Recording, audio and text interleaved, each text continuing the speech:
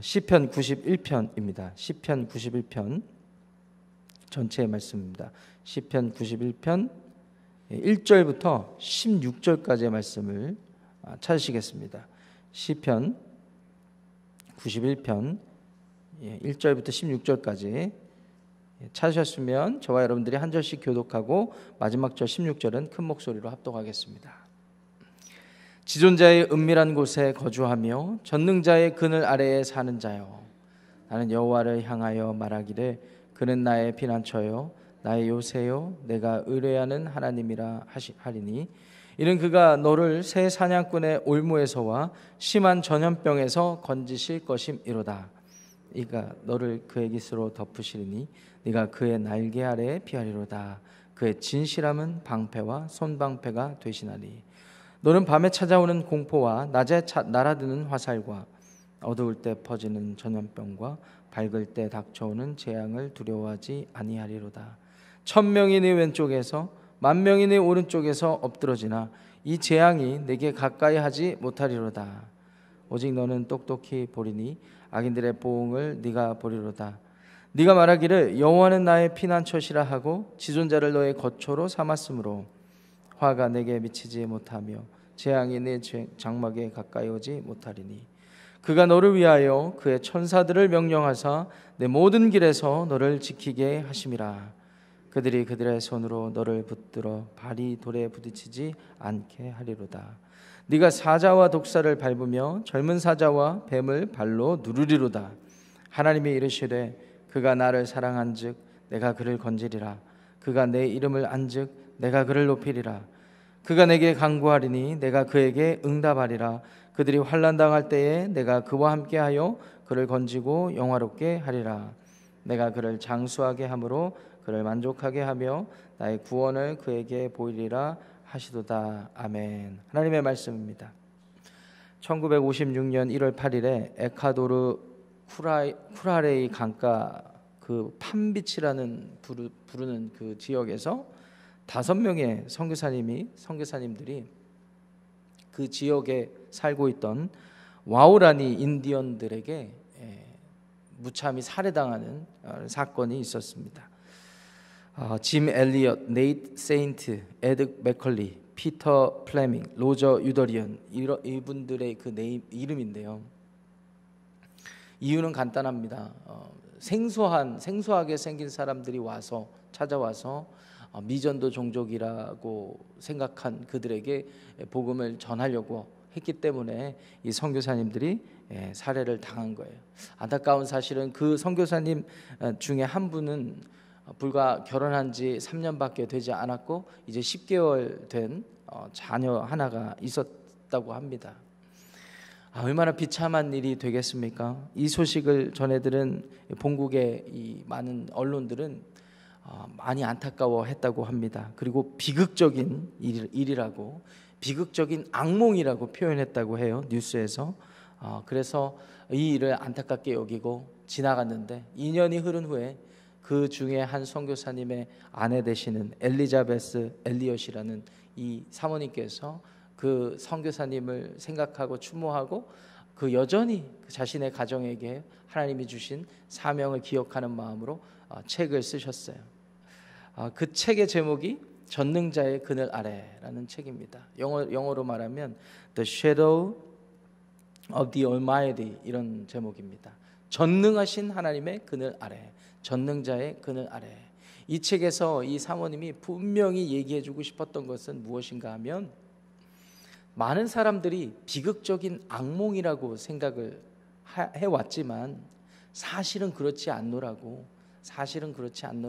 그러면서 남편의 생전에 평소에 마음속에 가장 중요하게 생각했던 삶의 철학과 같은 그런 메시지를 그곳에 적어 주었습니다. 영원한 것을 위하여 영원하지 않은 것을 포기하는 사람은 절대 바보가 아니다.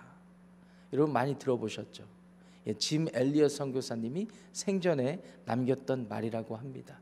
한마디로 이 세상에 살아가면서 우리가 발붙이고 숨쉬며 살아가는 인생, 제한된 인생, 이것보다 하나님이 살아계시는 그 전능자의 그늘 아래에서 영생을 사는 것이 보다 가치 있고 영원히 가치 있는 일이라는 것을 알았기 때문에 젊은 나이이지만 자신의 모든 것을 다 내어 바칠 정도로 가치 있다고 여겼고, 그리고 그곳에 갔고 그 와우라니 인디언들의 살해 위협을 안 상태에서도 가서 죽음을 불사하고 복음을 증거했다라고 하는 것입니다. 그렇습니다. 예수 그리스도 안에서 참 생명 영생을 얻은 사람들, 하나님의 은혜 아래 자비 아래 있는 사람들은 죽음도 죽음이 아닌 것을 믿습니다. 왜 그러냐면 하나님 아래에 있다면 죽어도 죽는 것이 아니고 죽음 이후에 영생을 살아서 영원하신 하나님의 그늘 아래 거하게 되기 때문이라는 것이죠. 오늘 저와 함께 여러분들이 읽으신 본문의 말씀, 이 시편 91편은 그와 같은 말로 시작하는 겁니다. 1절 2절 말씀 보세요. 지존자의 은밀한 곳에 거주하며 전능자의 그늘 아래에 사는 자요. 이 세상을 창조하시고 다스리시고 그 이 세상이 사실은 하나님을 위하여 존재하는 거예요. 하나님을 영화롭게 하기 위하여. 정말 이 세상을 살아가다 보면 사람뿐만 아니라 이 세상 우주 만물에 펼쳐져 있는 이런 모든 현상들을 보면 정말 신비롭고 정말 기이하지 않습니까? 이것을 보면서 우리는 전능하신 주, 지존자이신 하나님을 노래하고 영광 돌릴 수밖에 없는 것입니다. 그 지존자이시고 전능하신 분, 그분의 그늘 아래 사는 사람들, 하나님의 자녀들, 예수 그리스도의 제자들, 이런 사람들이 복이 있는 것입니다. 2절 말씀은 그래서 이어서 이렇게 소개를 하잖아요. 나는 여호와를 향하여 말하기를 그는 나의 피난처요 나의 요새요 내가 의뢰하는 하나님이라. 하나님에 대한 분명한 고백을 하고 있습니다. 전능하신 하나님께서 내 피난처가 되신다. 그리고 내가 숨을 수 있는 요새가 되신다. 그래서 나는 그 하나님을 의뢰하고 신뢰한다. 이런 고백을 하는 것입니다. 그 하나님께서 3절 말씀 보시면 새 사냥꾼의 올무에서와 심한 전염병에서 건지실 것이다 라는 고백도 하고 있습니다. 누군가가 펼쳐놓은 올무, 함정 이런 곳에 인생이 나락이 펼쳐져서 떨어져서 거기에 갇힐 수도 있고요, 뜻하지 않은 어떠한 질병에 걸릴 수도 있지만 전능자 되시는 하나님, 우리의 삶의 피난처 요새 되시는 하나님께서 그 가운데 우리를 구원하실 것이다 라는 믿음의 고백을 하고 있는 것입니다. 그래서 4절부터 6절까지 말씀을 보세요. 그 나를 보호하시는 하나님에 대한 분명한 고백이 이렇게 펼쳐지고 있습니다. 어미 새가 어린 새를 깃으로 덮듯이 하나님이 그의 깃으로 나를 덮으시리니 내가 그의 날개 아래 피할 것입니다. 이런 말씀을 하시고요. 하나님의 진실하심, 신실하심은 나의 삶의 방패가 되시고 손방패가 되십니다. 이런 말씀을 하는 것이고요. 밤에 찾아오는 공포와 낮에 날아드는 화살이 있다 하더라도, 그리고 어두울 때 퍼지는 전염병이 있고 밝을 때조차 찾아오는 재앙, 대재앙이 있다 하더라도 그 하나님이 계시는 것으로 말미암아 두려워하지 않겠습니다 라는 말씀을 하고 있는 것입니다. 계속해서 이어지는 7절부터 13절까지의 말씀을 보세요. 1000명이 그리고 10,000명이, 이것은 시적인 표현입니다. 문학적인 표현입니다. 10,000명이 넘어도 10만 명이 된다 하더라도 100만 명이 된다 해도 상관없습니다. 그 많은 사람들이 내 앞에 재앙을 펼쳐놓고 내게 여러 가지 어려움을 준다 하더라도 하나님께서 악인들의 보응을 덮으시는 것을 믿기 때문에 두려워하지 않는다라고 분명히 말씀하고 있고요. 9절 10절에도 이어지는 것이 여호와가 내 피난처가 되시고 지존자 되신 하나님께서 내 거처가 되시기 때문에 그들이 아무리 악한 꾀를 낸다 하더라도, 함정과 올무를 만들어 놓는다 하더라도 화가 그리고 재앙이 내게 미치지 않을 것이다. 이런 믿음의 고백을 하고 있는 것입니다. 여기서 잠깐 스탑하고 우리가 이런 생각을 해볼 수가 있죠.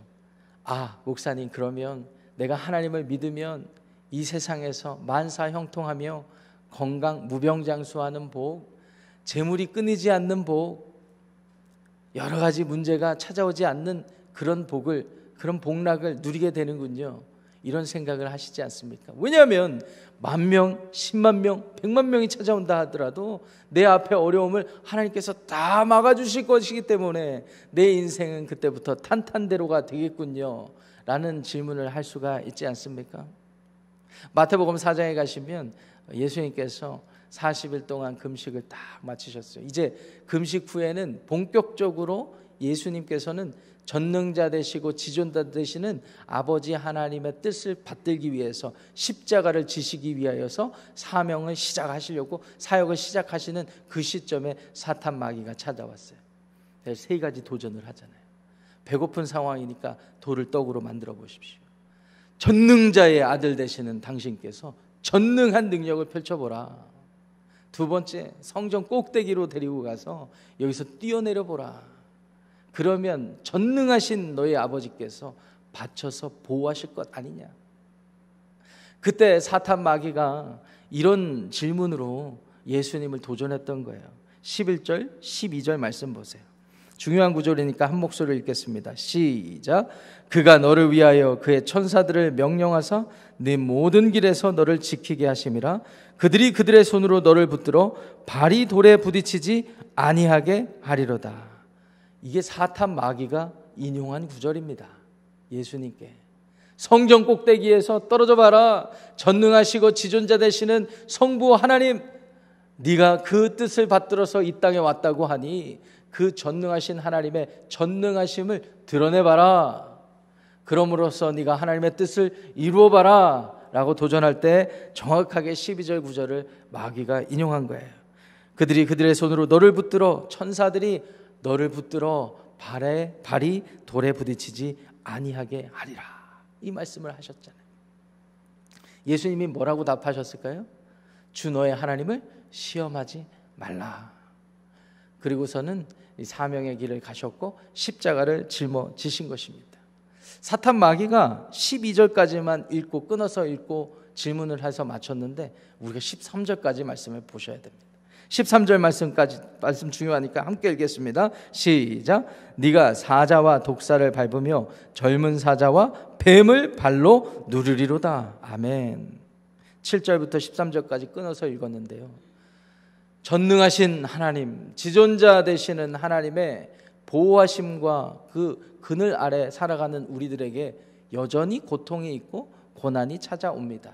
그런데 중요한 차이점이 무엇이냐면 하나님이 우리의 삶을 아무 고통이 없고 고난이 없게 하는 방식으로 삶을 인도해 가시는 것이 아니라 고통과 고난 속에서도 우리가 지쳐서 쓰러지거나 낭망하거나 그래서 죽어버리지 않게 하나님께서 지키시고 보호하셔서 우리 안에 우리의 삶 가운데 하나님이 우리와 함께 하시고 우리와 동행하시며 우리를 사랑하신다는 사실, 그래서 죽음이 아니고 예수 그리스도께서 십자가에서 죽으셨다가 부활하신 것처럼 그 전능하신 분, 지존자 되시는 하나님을 끝까지 믿고 신실하게 신뢰하는 자들의 삶의 주인이 되어주셔서 영원부터 영원까지, 아니 영원을 사시는 하나님의 삶 가운데 초대하시고 그 삶을 살게 하신다라는 의미입니다. 예수님께서 그 삶을 이 땅 가운데서도 보여주셨잖아요. 십자가에서 죽으시고 부활하심으로써. 사탄 마귀는 하나님을 믿으면, 전능한 하나님이라면 성전 꼭대기에서 떨어질 때 천사를 보내주셔서 너가 떨어지지 않게 보호해 주실 것이다, 형통하게 해주실 것이다, 그것을 증명해 보거라 라고 했을 때 예수님은 시험하지 말라 그러면서 하나님의 뜻만을 생각하면서 자신의 삶을 갖고 고난을 당하셨고 죽음을 당하셨어요. 그런데 나중에 알고 봤더니 그것이 비극적인 상황이 아니라, 비극적인 결과가 아니라 하나님의 뜻 가운데 들어가니까 하나님께서 놀라운 방식으로 영광을 받으시는 결과물로 만들었다라는 것입니다. 그 결과의 끝에 13절에 우리가 읽었듯이 사자와 독사, 사탄 마귀의 머리를 짓밟아서 사망 권세를 물리치게 하시는 예수님의 능력이 밝히 드러나게 하셨다라는 사실을 믿으시기 바랍니다.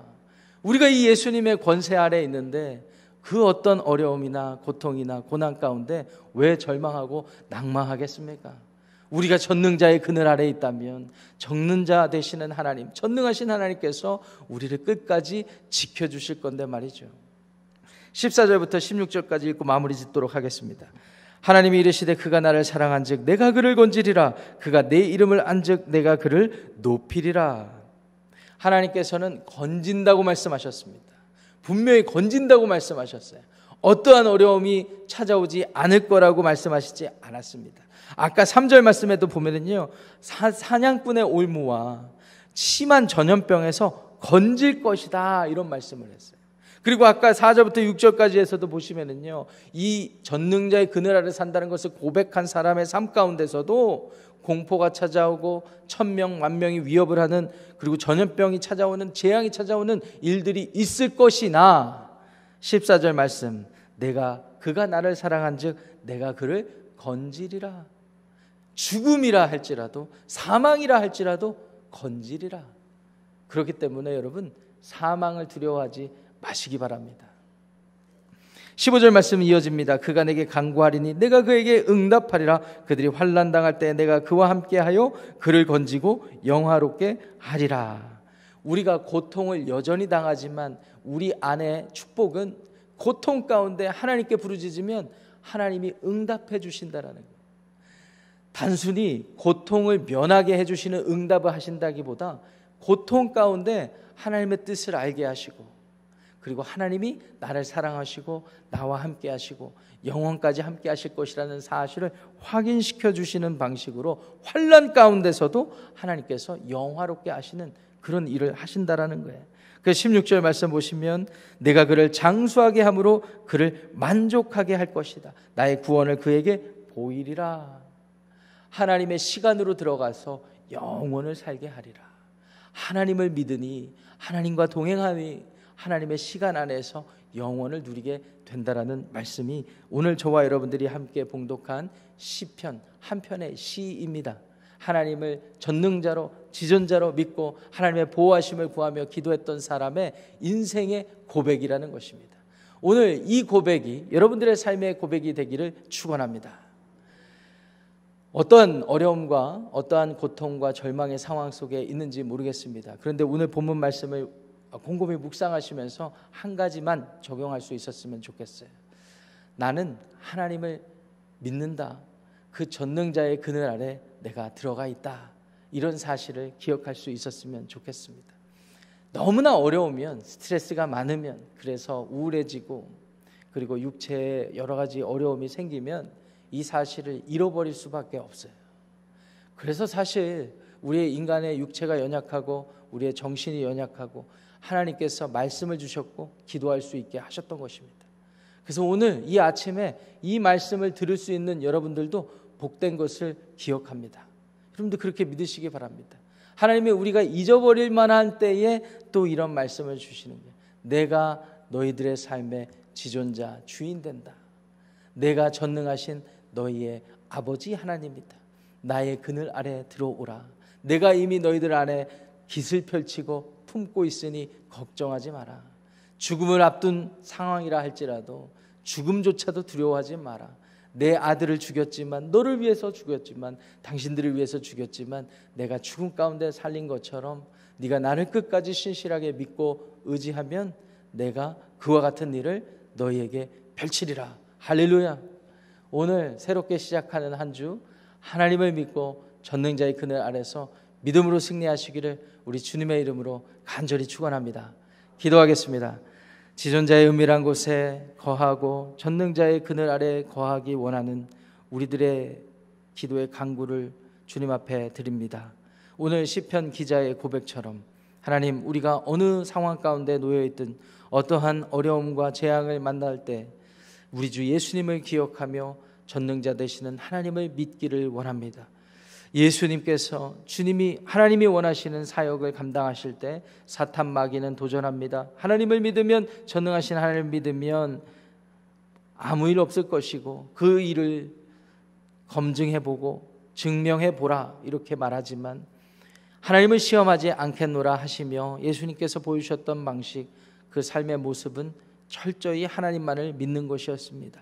지존자 되시는 하나님, 전능자 되시는 하나님, 그 그늘 아래 거하며 십자가의 사망이라 할지라도 그분이 원하시면 내가 그의 길을 가겠노라고 그 순종의 삶을 보이셨던 예수님, 그로 말미암아 부활을 우리에게 선물로 주신 예수님, 그 예수님의 부활을 의지하며 하나님을 믿기 원합니다.